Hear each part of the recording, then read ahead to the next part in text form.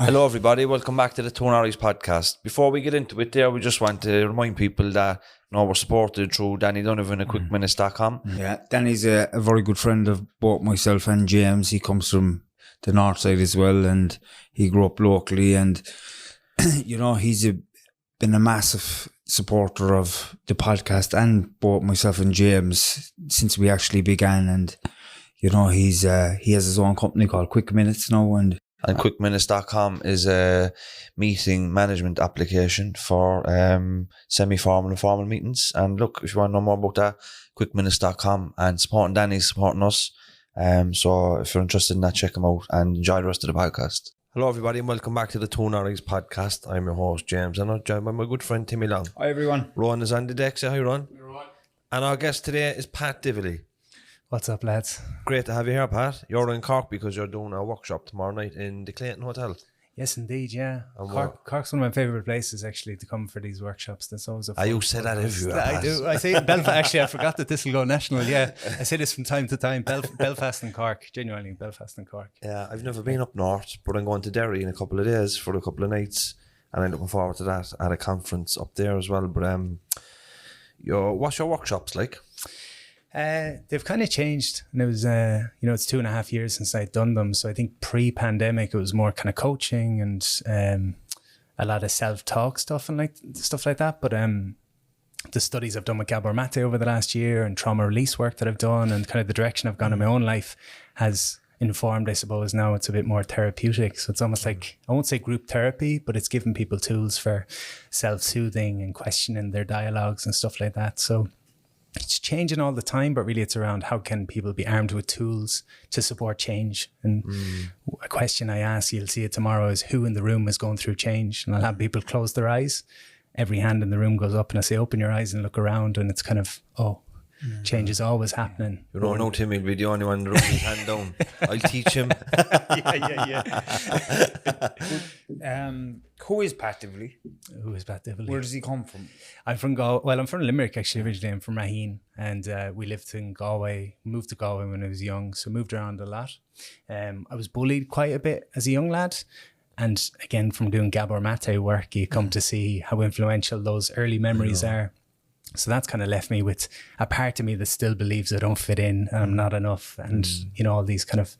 Yeah. Can I give you my first impressions from meeting you? Tell me. Quite shy. Yeah. And kind of introverted a little bit. Yeah. Were you like that as a kid? I'm curious. I always wonder... I think some things happen and there's almost a split that happens. There's almost a part of us that goes and hides away. Yeah. So I don't know if I was all that introverted. I say I was dancing and singing around the house until I learned that it wasn't safe to do that anymore. There's something that happens and you kind of develop this story that for me to be safe in the world, I need to hide that part of myself and that part and that part. But I am an introvert at nature or by nature. And so am I. Are you? Yeah. Where would you put yourself, James? Same. Yeah. I've got way more confident doing this type of stuff though. Like the Tommy Tiernan show was a big thing for me to do, and I said no the first time because of the thought of it.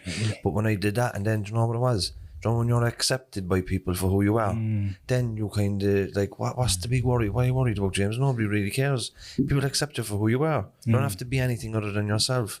And then doing different types of media and doing the podcast and meeting everybody and getting positive feedback from people. People come up to you on the street and say they like what you do and they can relate with you. Then it's like, I just feel more confident now. Do you know what I mean? But my default was always shoulders up, head down, try not to stand out at all. Do you know what I mean? Yeah. I always say the first time I went to a Narcotics Anonymous meeting, I was so insecure that when I went into the meeting, I sat in the corner with my jacket on. After about 10 minutes, I was sweating. Did I take out my jacket? Hell no. For a fair somebody would actually look at me. Yeah. That was how insecure I was. But by the next time I take out my jacket, the next time I'd open my mouth, might say hi to somebody, and you build it, and like you have your book there, and it's around the narratives we have, and then the narrative that you're no good, or if you open your mouth you're going to stutter, or you've nothing intelligent to say, so say nothing. Then you get a little bit of control. Everything, you know what? That's actually not me at all. Yeah. I'm well able to speak. I'm a very confident man. People are interested in what I have to say, but that's a skill that you develop over time. Yeah. And funny you talk about the that first meeting. I remember going to Tony Robbins like 10 years ago, and there was 5,000 people in the room. Now, I wouldn't really be into Tony Robbins stuff anymore, but 10 years ago in New York, 5,000 people in the room. I was that insecure and that shy that he said, I'm going to bring someone up on stage. And everyone was like, bring me. And I ran to the toilet and said, I'm going to hide in the toilet for the next 20 minutes in case he picks me out of 5,000 people in the cheapest seats in the house. Yeah. But now it's kind of what I do for a living. So some crack to see Tony's big monster's hand come over the toilet door. Yeah. Stop hiding, boy. He's a big dude, isn't he? Yeah, he's a monster. Some boy. He's a scary man, I'd say. But he's a gentleman as well. A big gentle giant. Yeah, it was interesting to be in that room, having read his books when I was a teenager. I got into the self-help stuff really early. And kind of 15 years later, ending up in the room, and he's just a different... You know, the books are obviously fairly PG, and then you come in the room and he's effing and he's blinding and he's trying to change your state and shake you up. And yeah, it was an interesting weekend. It was that weekend that led me to step away from the fitness industry, which is what I was doing at the time, and kind of step into the speaking. So was sport a big part of your life? Yeah, you're very fit looking still. Oh, were you always fit? It was. I think we all find ways of fitting in, I suppose, when we're young. And so for me, martial arts and weights were my two things that I went to as a teenager. What kind of martial arts? Judo, mixed martial arts, Thai boxing. I went out to the States when I was 18 to try and become a cage fighter. So I spent 2 summers out there. And that's how I got into the fitness. So I was doing the martial arts, I was doing the weight training as a teenager. Went to America at 18, 2006. And met the likes of Dominic Cruz and some of these guys that are in the UFC now, and was training and living with these guys. But I was no good, genuinely no good. It was just a dreamer. But I met a mentor out there who was 10 years older than me, and was swinging around kettlebells and doing all this fitness stuff. And he had such belief in me. And I would speak to him every day, and he just didn't believe in himself. And I didn't realize at the time how much of a dark time he was going through. And he ended up taking his life. And that woke me up, and I sort of said, I want to be a fitness guy. I want to do what Eric did. And that got me into the fitness stuff when I came home to Ireland. So it's funny how these people can influence you in life, you know? Massively. But you sound like somebody who has consistency in their life. You like to be in martial arts and to be the best at it, be good at it. There's consistency, which is a big thing. Would you be very consistent? I found that over time, I wasn't any good at martial arts as a teenager. I liked the idea of it more than I liked it. And I enjoyed certain aspects of it. I was very consistent with the gym and with weights and things like that because it was giving me something. But I think I was briefly saying to you before, Timmy, that I feel like we have these narratives of I'm consistent or inconsistent. Yeah. For me, I'm very consistent in the things that I really enjoy. Yeah. But there's a lot, I'm not very consistent with doing my accounts or coming back to emails and stuff like that. But put the things I love in front of me and I'm consistent, I'm organized, I'm tidy. Put the things I don't like in front of me, I'm disorganized, I'm all these things. So. What was it like training with Dominic Cruz and them? Like Dominic Cruz is like elite as they come. Like he was bantamweight champion for years in the UFC. It was him and War Machine. I don't know if you remember War Machine was a controversial character that he's in jail now for the rest of his life. But I was naive. I went out and I was 18 and I walked up to War Machine on the first day and I says, do you want to spar? And luckily he had an injured hand because he would have killed me. And then I went up to Cruz and I said, do you want to spar? And he sparred me. So it was cool. It was, I mean, it's amazing to see how well they've done because you talk about consistency. These guys were consistent 3 times a day, every day for 10 years. I mean, I came home, I went different directions in life, but they didn't stop and now they're at that level. That's the one sport where like there's no hiding place, like. No. There's no breathers in MMA. Like you're not getting rests, you know. Like if you go to the ground, they're on the ground after you. You know, whereas in boxing you can take the knee, get your count, get your bearings, go to the corner. But in MMA when you're on the ground, they're down on top, yeah. So like if he's training 3 times a day for 10 years and you're half-arsed at it, like you're fucked, like really, like. Yeah. But anyway, Pat, it's just bringing you back a small bit there. So you grew up in Limerick. Yeah. And from Limerick, how was school and everything else? I was bullied a lot as a young man. So like first couple of days of school started getting bullied and then we moved around quite a bit. So a couple of houses in Limerick, a couple of houses in Galway. So I always wonder looking back, you know, did I make it out to be bigger than it was in my head? But it definitely shaped how I saw the world and how I saw myself. So I think that stemmed a lot of my later achievements in a funny way, that I kind of had this narrative of if I achieve things, people will believe in me. And so a lot of my 20s, I'm 34 now, my 20s were this relentless pursuit of success. And I grew a very big business in fitness. I built a gym. I had 800 online clients a month. We raised $250,000 for charity. It was just this relentless pursuit, and ended up on the Late Late Show. How many online clients did we you had have? 800 a month. That's a massive number. It was nuts. It was, I would say I was the first Irish guy doing online training at scale. How did you get that big, Pat? So we started these classes. I had lived in Dublin when I was 22 to 24. I'd come out of college at kind of the worst of the recession, and I'd done a master's in exercise and nutrition science. And that was a miracle in itself, that I wanted to drop out of school at 15, 16. And I got a job up in Dublin. So I moved to Dublin, and I thought, right, here's my chance to go up and become a big deal. Again, that insecurity was kind of sparking this, people in Galway are going to believe in me someday. Nobody cared in Galway, it's all in my head as a young man. And I got fired from the gym I was working in. I was working in one of those gyms where you stand on the machine and it vibrates, and I was fairly blunt about what I thought of them. So I was fired, and I walked out the door and I said, I'll show her. And I tried to get a fitness business off the ground up there, but really struggled. I didn't know anyone up in Dublin, didn't have the contacts, didn't have the experience to run a business. But I didn't want to come back to Galway with my tail between my legs. So sort of just grinded away for 18 months working in clothes shops and doing different things. But I was really struggling with my mental health at that time. And I had a lot of shame thinking, my parents helped me get through college. My parents have been supportive. I'm 22 now. I should be able to support myself. And ultimately I came home Christmas Eve, 2012, borrowed money from my dad for the bus back and wailed on the bus home. It didn't, usually when you get the bus home from Dublin to your hometown, you meet people but I don't know who was on the bus because I was that somber and sad. And spent a couple of months working in a pizza shop, all a bit lost, really depressed, struggling. And eventually my dad kind of gave me a bit of tough love, which was much needed. He said, half of your problem is you're obsessed with your own problems, and that's what's making you depressed. You're thinking of yourself, your problems, your challenges. He said, if you went out and helped people, things would quickly change for you. And my mentality was, geez, I can't get out of bed. How am I going to help anyone? I can barely help myself.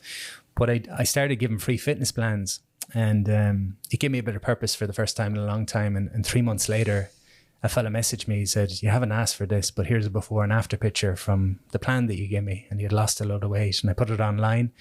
And I said, I'm teaching classes now on the local beach. And 5 people showed up in the first morning, and that kind of changed my life. And within 3 months, there was 100 people coming to the beach. And within a year, there was 500 people coming to my gym that I had built. And the online stuff kind of sparked from a lot of my generation. I'd gone to Australia and Canada and America, and they're looking at the beach in Galway. They're saying, why are people training in the piss and rain? And we had this community that was amazing. So they wanted to get involved and just put it online. And big Irish community in Australia. Watch this podcast. Yeah. We get on analytics. A big community in Perth and Sydney mainly. Nice. But tell you what we should do ourselves. We should all go out, and we should get a few others to go out and do a podcast tour out in Australia at some stage. Oh, what? You could actually... That's a great idea. Mm-hmm. Definitely, yeah. Will we get in with criminal records? Try in, yeah. Intro Singapore and swim across. You got the fitness trainer here. I can barely swim though. I suppose going back to what you said there, something happened in my life there this week where my past came up in something, and the person that was dealing with it turned around and said, hold up, no, 1 sec, right? Let me send you a few links and a few newspaper articles, what he's doing now in his life. And the company changed their mind. And my past didn't bother him anymore. And we went down and we done some form of business with it because of that. Because of this, they see the changes in my life today, and I think... Yeah. Going to a country like that, if governments or whoever comes into the country, I don't think just a matter of going to the embassy. We make a great case, because it's not we're after stopping committing crime and it's on a whim. We've done so much in the meantime, and here's evidence. Do you know what I mean? This is not on a whim, we'll put that tour on hold until we get that. 2023. But I think it'd be brilliant for us to go over and do a tour in Australia. It's definitely a I think idea. the Irish people to get behind us over there, and we'd have a great crack. You get the Talking Bollocks lads down there as well. I know. Have you been on that podcast with the lads? Yeah, just a few months ago. So their characters, they're doing great work as well. You know, Podcasting's big in Ireland at the moment, isn't it? Yeah, and it's great, isn't it? You have your own? Yeah. I've had mine now a couple of years, 250 episodes, and part of it was just to get comfortable with public speaking and to kind of. It's easy as a speaker, if that's your profession, to kind of find a talk that works and just do the same thing again and again and again. So I almost wanted to be putting out new content every week and have people come to a talk then that I do live and not be hearing the same stuff. So it's almost to stretch myself. Difficult that way, isn't it? Yeah, but it helps. I like to it's a good way of learning, right? To study and then kind of pass on in your own language. What you've learned. Yeah. So your full-time job these days, Pat, is content. I'll do the podcast, and then I do a lot of corporate work around kind of stress management, the mind-body connection. So, you know, I came from the fitness space and then moved a lot into coaching and then into sort of looking at the nervous system has been a big thing in recent years. So like the likes of Bessel and Gabor and these guys that you've had on, looking at their work. And I run men's groups. I do a lot of different things. What did you leave the fitness industry for? What did I leave it for? Why? If it was going so well for you. Do you know what happened was I did the late and that was kind of, it had come full circle at that stage. I'm sure no more than yourselves being Irish and getting on the late show. Like, oh, geez, the pinnacle, like, isn't it? Yeah, it's something special, but there was always this I'll be happy when story that I had, and it was I'll be happy when I have a gym, I'll be happy when I have 100 clients, 200 clients, I'll be happy. And I got to the late show, I said, geez, I've got the house and the car, and I'd done everything I thought that would. It was the first time in my life where there was nothing I could point to and say that's why I'm depressed or that's why I'm sad, but I couldn't sleep, I was stressed, I was anxious, there was nothing on paper that I could point to for my struggles. And then there was guilt and shame because I should be grateful and just a bit stuck. And I think I recognized something needed to change. I felt like a bit of an imposter to be teaching people wellness when I didn't feel well. I something needed to change. And my experience of struggles with my own mental health, and this is not to speak for anyone else, but sometimes I feel like my struggles are trying to hold on to who I was yesterday and not being willing to kind of step into something new. Like this change that I mentioned is always happening, and life's always asking me to like lean in to something new. But my ego's got pictures of where I should be. And I think it's that battle for me that's sometimes difficult. So there's a lot of tension there for me with knowing I wasn't enjoying the fitness anymore.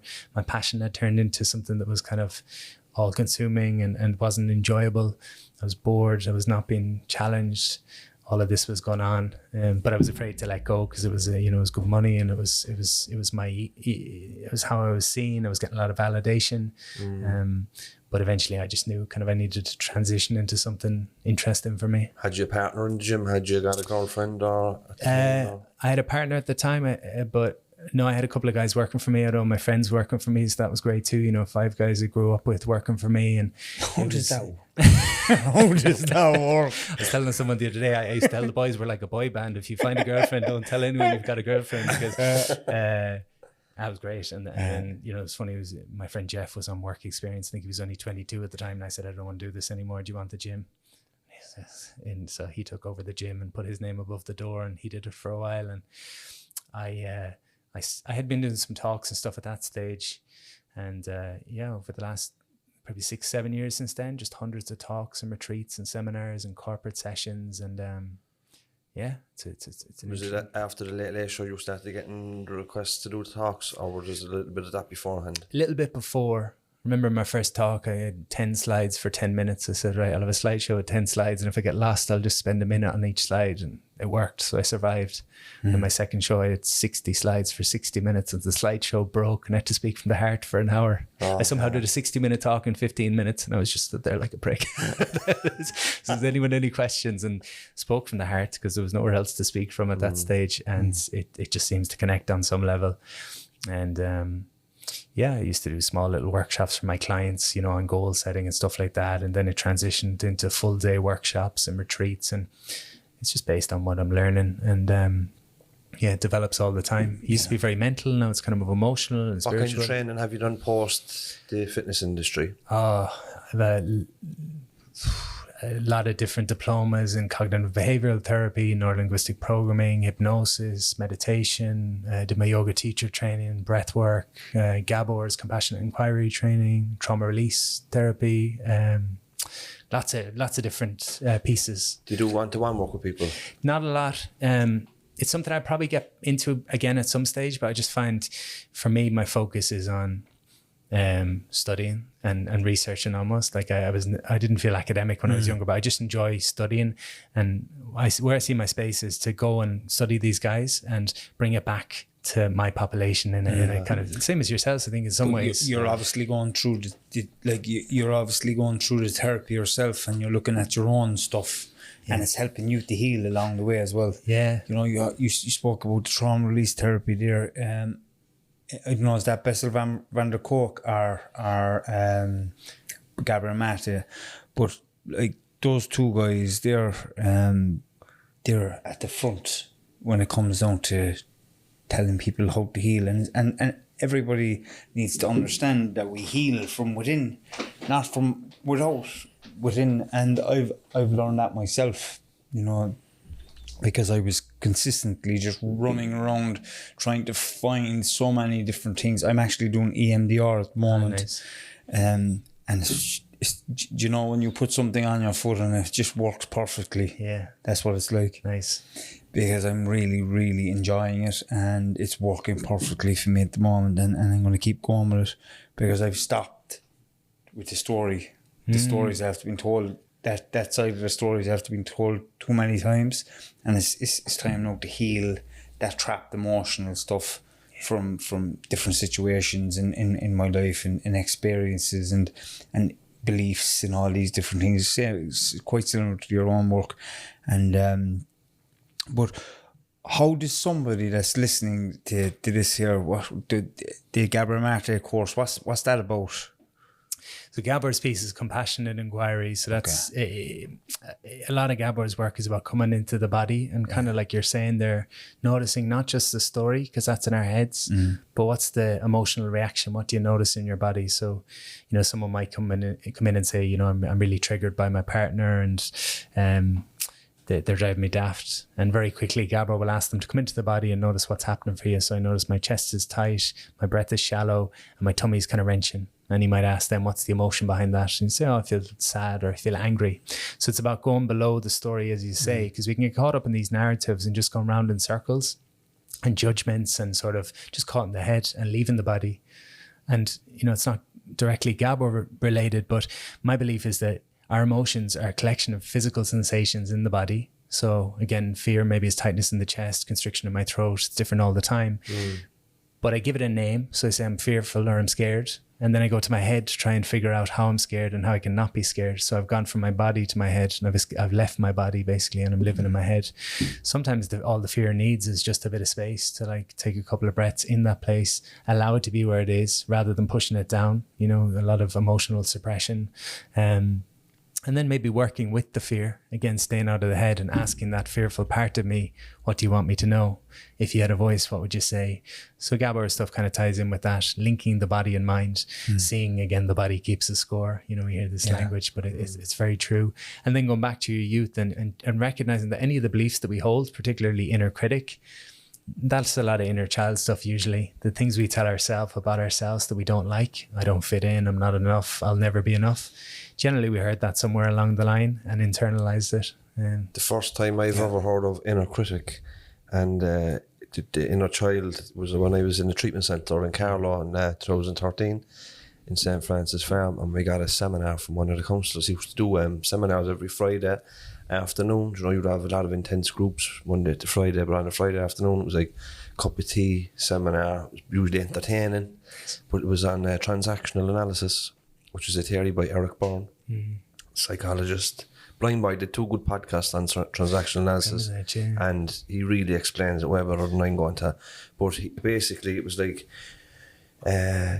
we respond to things from 3 different levels: the critical parent, or the afraid child, or the adult, right? And we go around, you know, like to go about your day-to-day business, you need to be in your adult side of your brain, you know, because like if you go into work, right, and you've you've an authoritative boss or a strict boss or a cranky boss, and he starts talking, don't you, giving out you if you go into that child, you can throw a tantrum or something like that. Do you know what I mean? So like if he's in the critical parent and you go into the scared child or the tantrum child, that's not going to work. So if he's there, you have to try and stay at that level,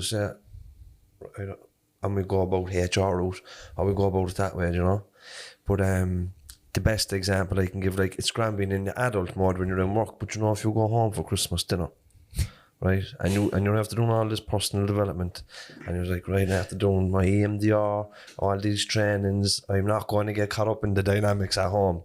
But you know, as soon as you open that door, go in and sit down at that kitchen table, your sister is next to you, your brother is there, your mum is there, your dad is there, you will go into that role of the tantrum child, and she'll go into the role of the strict parent, and you've no control over it. And it's only afterwards when you leave, you're like, fucking hell. Do you know what I mean? But that's basic response, you know. But the inner critic was the point I wanted to talk about. Was I thought about the inner critic, and the inner critic I thought was just me, was just like, that was who I was. You know, don't take off your jacket, everybody's going to look at you, look at the stadia, don't be talking, you're not even going to be able to speak. You know, that's what I thought I was. But when I heard that that's the inner critic and you can get control over that was huge for me. Because then I began to think, like, that's just a part of me, but that's not who I am. Do you know what I mean? And then just it's actually not even a part of who you are. But you know, in addiction, it's conditioning. When you've been bullied, or when you're in addiction and all the stigma and stuff like that, that's a very loud part of you. Yeah. But as you get a little bit better in yourself, you can get a kind of more control over, can't you? It's about noticing, isn't it, Pat? Yeah, and I think another piece that I've learned is, you know, we can have a tendency to want to get rid of these parts because we say, Jesus, this is holding me back. And so we try to almost cut off a part of ourselves, when in reality it's about welcoming them back and kind of getting to know them. So asking my inner critic, what are you afraid is going to happen if you disappear? And they might say, well, geez, you're going to push yourself out there, Pat, and people could make fun of you. Okay, that makes sense. That's why you're keeping me back a little bit. Is there a way I can make you feel safe? And I'll speak to that part to myself, and they'll say, okay, well, maybe take off your jacket and just go up the room and put it back on if you feel comfortable. So I think it's almost negotiating with ourselves. And just another quick piece on you mentioning, like, the different parts, the wounded part, the wounded child or the adult. Or what's been really interesting for me the last couple of months in studying is, again, this mind-body connection, is that when we're in a stress state, when I'm experiencing stress in my body, so fast heart rate, shallow breath, tension in my muscles, when I'm picking up cues of danger, and that could be anything from my ex walking into the room to a smell of smoke and thinking there's a fire. Anytime my body feels stressed, positive thinking is almost a waste of time, because the body is informing my mind that we're in trouble here. So to get into that adult part, I have to come into my body first, wasting my time trying to think myself positive. We've tried to outthink anxiety. So slow breathing, feeling my feet on the ground, looking around me for signs of safety. And when I'm safe in my body, my mind can go and open, you know. That's a great tip. It's actually, that's what I do myself all the time. You know, exactly what you say. Even if it's in for me, it might be impatience, it might be fear, guilt, shame, and if I'm consumed with it, and you know, if you're thinking fear, you're going to have more fearful thoughts. You're going to pick the worst case scenario that's going to happen in life. You know, that's going to be here.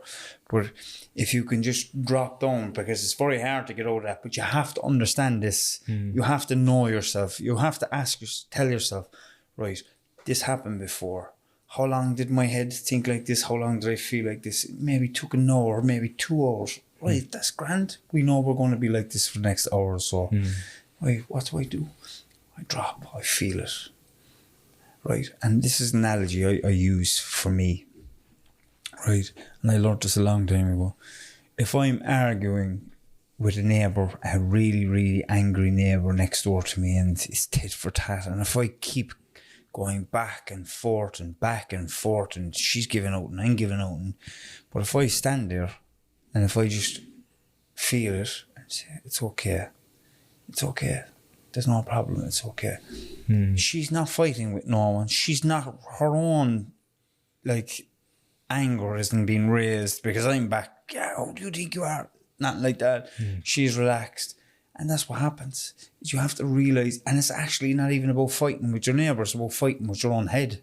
Yeah. You know, it's about feeling it and understanding when stuff comes up for you, that give it an hour, give it 2 hours. You have to know the time periods of stuff. You know, if something comes up, if someone said something about you, oh, my life is over, what's going to happen to me? You know, understand that you're picturing the worst case scenario ever, you know, because you're living in fear. Know that that's how you're going to be for the next few hours, and start telling yourself, that's not even true. What? Where am I going? Watch the head. Where's the head going? You know, and then breathe and feel it in the body, because there's not a better way to be more mindful in life than to step into that emotion, because that emotion is there to be freed. It's there to be loved. It's there to be cared for. It's a part of you. I think it was you asked Bessel van der Kolk or else Gabamate. It was about why do I have this part of me that's always shameful or always afraid or something like that? And he says, I think he said, no, ask yourself, like, that you're after surviving to this far with that part of you. That part of you is actually an asset to you. So I was like, what you said there, invite him into the room. Yeah. Figure out, like, why are you here for now? Yeah. Do you know what I mean? Maybe you're not needed as much as you used to be, but that actually helped you survive to where you are and just becoming friendly with it. Dick Swartz from IFS, I don't know if you've come across internal family systems. It's a good little system, but it's this idea that we had exiled parts, which is the parts of us that got overwhelmed and almost froze in time. So the bullied little boy, the overwhelmed little girl, whatever it might be. And then the protectors come in. So the protective characters, so the people pleaser, the overachiever, the shameful part, the fearful part, these guys come in. He talks about all these different parts and he says they all have qualities. The problem is you don't want them driving the bus. You give them a seat on the bus, but you don't want them driving the bus, because the bus drives well if the kind of adult part that we mentioned earlier is in control. But when we get stressed, typically the body feels under danger and these guys jump to the front. So the people pleaser jumps out and says, love me, please love me, please love me. And he's driving the bus. So it's keeping the adult self online. That's a great way to explain it. Is he still alive?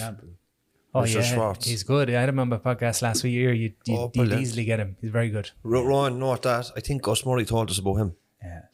Richard Schwartz, Dick Schwartz. Dick Schwartz, it's transformative stuff. Really, really good. Yeah. There's a documentary on Netflix about this guy that he was a serial rapist himself, and but if it goes into his story, he grew up in a home where there was a stepfather, and the stepfather, there was extreme sexual abuse on him, right? So he like when he was going through that, he just detached himself completely. But he developed all these split personalities, and he's been interviewed for the rape, but the adult is gone, and these different people have overridden the system, and he's gone. And there was one of the personalities that he had was a sadistic fella, and he was into sexual violence and stuff like that, and he was the main pilot that used to come to the forefront. He was committing all these horrible sexual acts. It's mad now, like, and he's been interviewed, and you can see now there was a lot of critics saying that he's only putting it on, but there was very credible psychiatrists saying no, this is a trauma response, that he went through this extreme rape over years in a barn. He was tied up, and in that he just started to the adult, the conscious part of him just was buried in the back, and he created all these different people to cope with that, and then that into his adult life he was gone. And he was piloted by other people. Yeah, it's mad. I think they're saying that if it's so overwhelming for the child to be in that experience, they'll literally leave their body and they'll associate with the perpetrator, because it's safer than being overwhelmed in my own body to become somebody else. And it's mad, isn't it? Are you married, Pat, or have you got kids or anything? I'm on the lookout. That's why I come to Cork, and that's why I love Cork. There's plenty of fine women in Cork, I tell you that now. Is your life busy at the moment?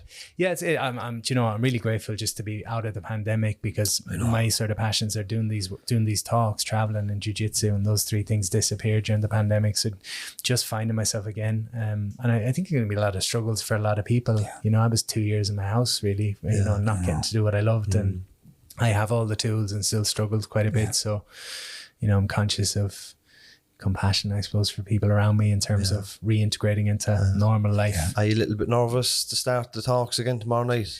I was in Galway last week, and that was kind of a little bit nerve-wracking, but then I went to your hometown. Yeah. So doing home is always an interesting one, but it went really well. And then Dublin and Belfast. So it's public speaking is a funny one, right? Because it's the biggest fear I think we have is the fear of judgment, and you're stood up there for 2.5 hours. But when I do it, it was funny. Linda Hill, who's Willa's partner, you know. Yeah, that's right. Yeah, I was with Linda was beside me before going on in Dublin the other night, and I said, Linda, why the fuck do I do this? Why couldn't I get a 9 to 5? Because I was sitting around all day.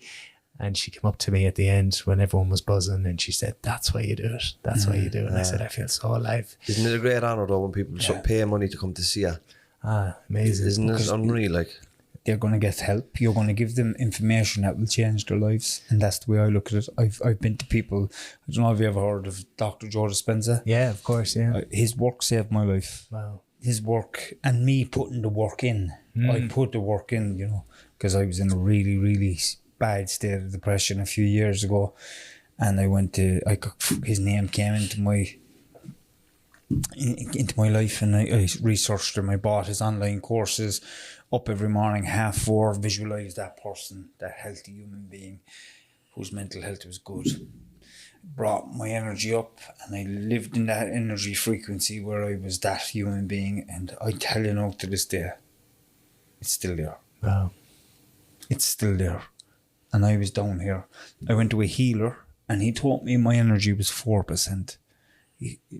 Now, that makes sense to me because I was completely consumed with depression. Completely hated myself and thought I was the worst human being on the planet, you know, and my life changed, you know. So people like you, Joe Dispenza, us, Blind Boy, there's so many different people. We give people information through having others on our podcasts or whatever, and it changes people's lives. Because if you look up to somebody, you know, if you think that they have something that you want and you're inspired by them, you're going to listen to them and you're going to act on whatever they say. And that's what happened to me, you know, happened to James, you know, so I think it's amazing. And I think hearing it from different voices, right? Like I'm kind of shy and introverted, and I think some people will relate to that and others will relate to the bigger characters. And some amazing stories. Last week there was a lady probably in her 70s or 80s came up at the end, and she said, I've lost my husband, my house is gone, haven't worked in years, lost everything. But she goes, now I say I can do anything. And there was families messaging saying we went home with our teenage son and we never chatted so much as we did on the way home. And just all these, I'm starting to see the ripple effect of it's not about setting goals and stuff. It's not what it was for me 10 years ago. I used to teach people how to set goals and stuff. Like now it's like, how do we create safety in ourselves? How do we create safety in our environments? How do we make people feel enough? Anthony DeMello's got a great quote. I love Anthony DeMello.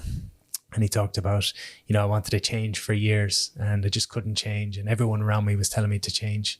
And he said, eventually I met someone and they said, don't change, you're perfect the way you are. And he said, in that moment I relaxed and I came alive and suddenly everything changed. Brilliant. And it's that peace and acceptance and sort of safety, I think, is a big word for me at the moment. When I feel anxious, when I feel stressed, when I feel depressed, when I feel I don't fit in, there's all these signs of danger going on for me. And it's how do I create safety in here? How do I create safety in my relationships? How do I create safety in my environment? So yeah. Over the last few weeks for me there, I've been finding it difficult to sleep. You know, anxiety, and you're talking about that tightness in the chest. And it's just, you know, when life gets so busy, that's like, it feels like you're constantly, soon as you open your eyes to when you close them at night time, constantly on the go and having to do something or forgetting something. That's a bad place for me to be in because that catches up with me. Yeah. But it's just about now, like, try and simplify it again, you know? Yeah. Try and get back your evenings, try and keep a weekend, a day of the weekend, just to, you know, be with your wife. And, you know, for me, I need that time, that downtime to just fucking do nothing. Because when I'm doing that, I'll do it for a while and I feel like I'm being very productive. But that productivity is not good for you, not good for me anyway. Long term, when I start to feel it and I start to put on weight, I start to feel shit. And then when I close my eyes at night time and the light goes off, then the chest comes at me and the palpitations, and then it brings my attention to my heart and then that makes it worse. I feel like something is wrong with me, you know? And then there's no thinking positive from that place, because the body, as far as the body's concerned, is we're in trouble here. We're not sleeping. There's threats everywhere. Because I went to a psychologist at 28, and she shared an analogy, and she said, we've got this, or you got a fire alarm in your house. So if there's a fire, the fire alarm goes off because there's danger. But she said if the fire alarm starts going when you use your toaster or your oven, suddenly it's a pain in the ass. Yeah. And so you rip the batteries out of the wall. And she says you've also got this anxiety alarm in case a car pulls out in front of you and you need to jump out of the way. But she said your fire alarm, for me at the time, is going off when you see negative comments about yourself, when you see someone, you look at you funny. And when we're in that anxious state or we're tired, our whole world looks different. Like a neutral face looks threatening. Or we could be sat here having a conversation. If there's 100 people around us, it's hard to focus on the person in front of you because you hear differently. You're picking up on signs of danger in the background. So we've been going to seminars there. A friend of ours does seminars on the power of positive thinking and laws of attraction and stuff like that. And I think they're a good accompaniment to the books, you know. But he talks about your mind, or your subconscious mind doesn't know the difference between if something is happening or not happening. If you feel it, it thinks it's real, you know? Yeah. And it's the same for when it's a negative. Like, I know myself that when I'm lying in bed that I'm not in danger, I'm safe. But my subconscious thinks I'm in trouble. And the heart is going and going and going. So it's like, if you feel it, it doesn't matter what you think, you have to feel it for it to take effect. But it's just about flipping that then and trying to get the positive energy into the body, feel happy, feel grateful, James, feel relaxed, feel content. And then, you know, like as you said, the thinking is no good if you're not feeling it. Do you know what I mean? And also I think the safety piece, so like if you recognize, you know, the feeling piece is going to show you where the danger is. So, you know, I feel tightness in my muscles, that's a sign of danger. I feel my heart rate elevated, that's a sign of danger. I feel dryness in my mouth, that's a sign of danger. My hands are cold, that's a sign of danger. And then how do I create safety? So I breathe deep into my belly, that's 1. I feel the back of my body on the bed is 2. And then you would find others. Maybe it's smells that you put in the room. Maybe it's music. Visual. Yeah. What are the senses? Gratitude for your senses. Gratitude for sense of smell. For being able to see. Gratitude to be alive. It might sound daft, but to have a teddy bear or a thing of comfort, you know, it's. You know, it's just so easy. You know. Yeah. I was telling you beforehand that I have a new app on my phone where an alarm goes off 3 times a day for a 10-minute breather session throughout the day. You know, I meditate in the morning, have a cold shower first thing when I get up every morning. I do my affirmations. My affirmations are not things that I want out of the year. You told me you wanted a Lamborghini before we press record. That's different. My affirmations are things that will help me to grow as a human being, so I can help other people to grow as people as well. You know, it's about me being more organised, about having more time to give to my family. You know, same as James, pulled from pillar to post. You know, but they're all positive things, and it's all about creating these positive habits. And we also spoke about consistency. Consistency is the key to anything. To keep going. Consistency is behind the habit. It's what makes a habit. It's about getting up every morning, doing that same thing, even though the head is saying, stay in bed for another 10 minutes. You stay in bed for another 10 minutes, you fall asleep. The minute that alarm goes off, the thoughts are going to start coming into your head. Don't even, just jump up out of the bed. Don't even go into the thought patterns. Get into the shower, into the cold shower, and trust me, after the cold shower, you're going to be grand. You know, it's about that. It's about knowing that if you listen to the thoughts, the film, like, there's going to be talk in the mind, is going to be back and forth, and then the tiredness is going to fit in, and the body might be sore, and going back into that bed might feel a little bit better than going into a cold shower. If you listen to that voice, don't listen to it. Get straight in, get the cold shower, get down the stairs, do your meditation, get your bit of paperwork, get organised for your day, have your breakfast, and wake the kids for school at 7. Oh, you feel like you're after having a productive morning then? That's my morning. That is my morning every morning. And I think to capture that is really useful, you know, in terms of confidence, developing confidence. A lot of people think once they reach a certain point, there'll be confidence there. And so it's kind of like moving the goalposts all the time. But I think confidence comes from what you just said, like to reflect on, I just did this, and this. You're like, oh, that's what you've done. So it's like, you can't be confident in what you're going to do because it hasn't happened yet, but you can be confident in what you've done. So I think in the evening before you go to bed, 2-3 minutes of just jotting down, here's what happened today. Doesn't have to be a perfect day, but there was progress. Yeah, and it's about progress. It's just about to touch on that point, you know. Over the last weeks or few months, have been very busy, you know.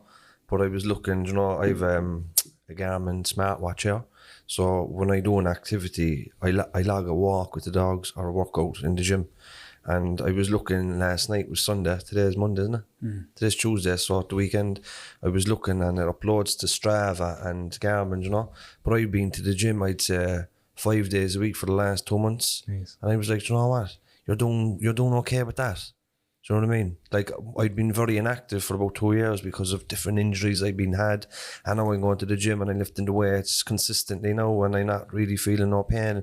And it's just about, like, when you do little things like that, it's just building new habits and now, like, trying to put that momentum and channel it into an issue I'm having at the moment is the opposite to what you're doing in the mornings. Like, I get up right. Gillian gets up a little bit before me, so when I come down, she have a cup of coffee ready for me. She's going out the door, so I'm there, right?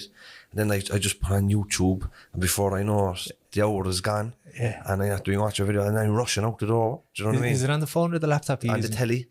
Do you know what Smart TV. I don't know if you can do it on the smart TV. Just usually kind of wellness stuff, gym stuff, nutrition, that type of stuff. You know. I got some plug-in on the computer recently and it just kills the YouTube feed. So you can only search. So it gets rid of all the suggested videos. And it's amazing because you have to think. Like, you know, if you don't have to think, you just be clicking for the day.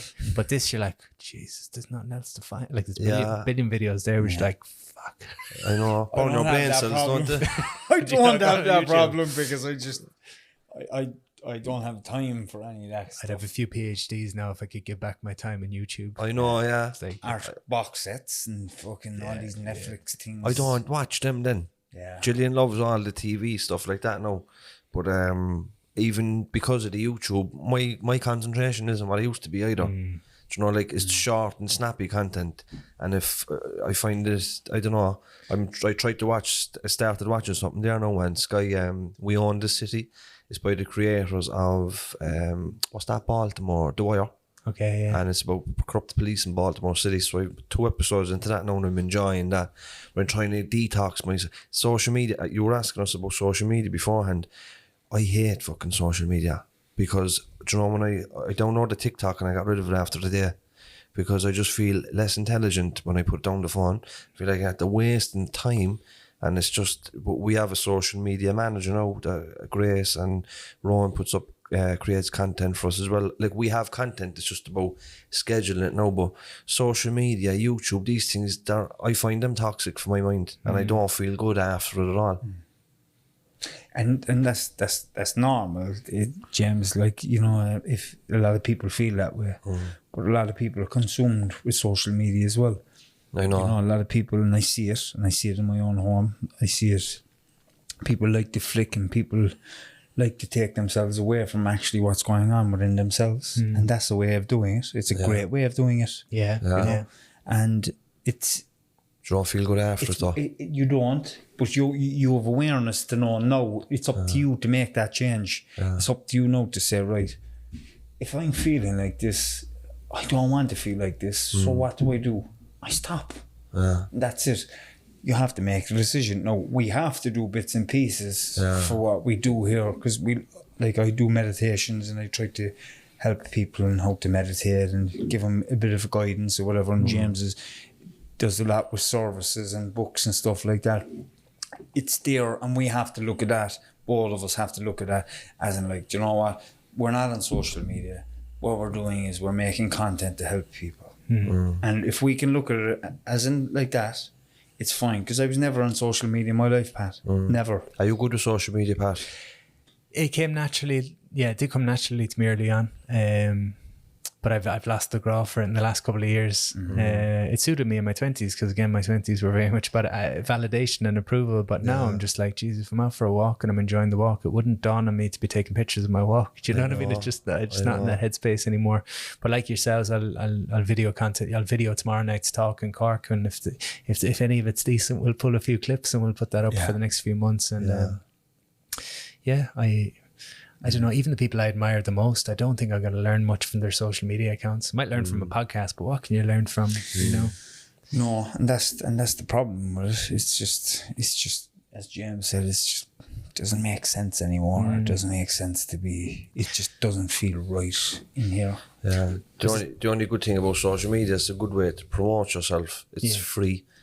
Do you know what I mean? Like, you couldn't, like years ago, you would have to pay a marketing company to put out your content for you, but now you could just create your own content. Do you know what I mean? And it's a good way to build your brand, build your profile, you know, market your product, if we can call this a product, even though I hate that type of language, because we want to help people and not sell anything to them.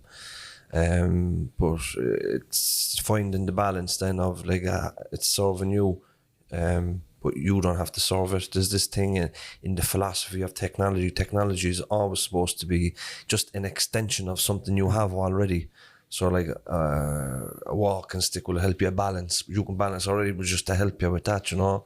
A phone is there to help you to speak to somebody. You can speak to somebody already. It just helps you to speak to somebody that's further away. You know, so social media or technology is supposed to help something you already have to just do it a little bit better or whatever, more conveniently.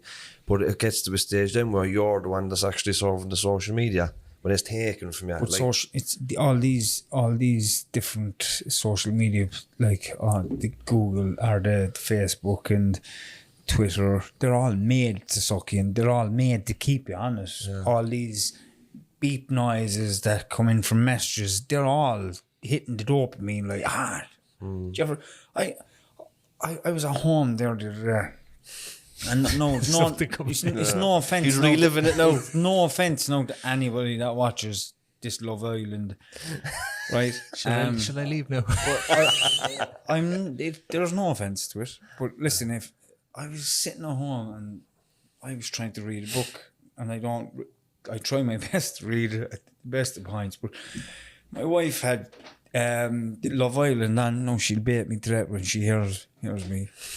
She had Love Island on, and next to all I heard was, I got a text. And I looked at the telly and I says, what the fuck is going on? Really, like, what's going on? Like, I hope your social media manager pulls that little clip now for the... I know, yeah. We'll have to hashtag Love Island and Timmy. I got a text. Right, to be looking at them. These are grown human beings, like, and they're like...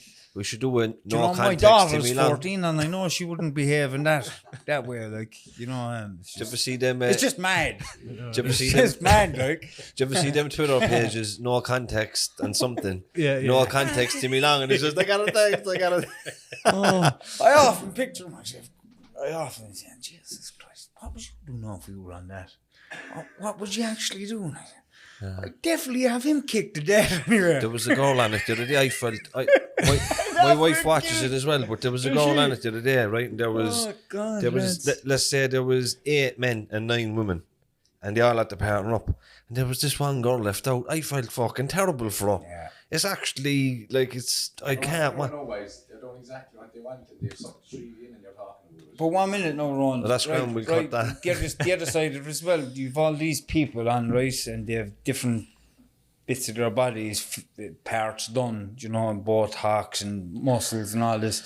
You know, there's a lot of children watching this and teenagers. Is this how it's supposed to look? Yeah. Is this how you have to look? Just the dark side of the social media, then, you know. That's all we're saying. Like, and like we see so many. No, there's a podcast and this.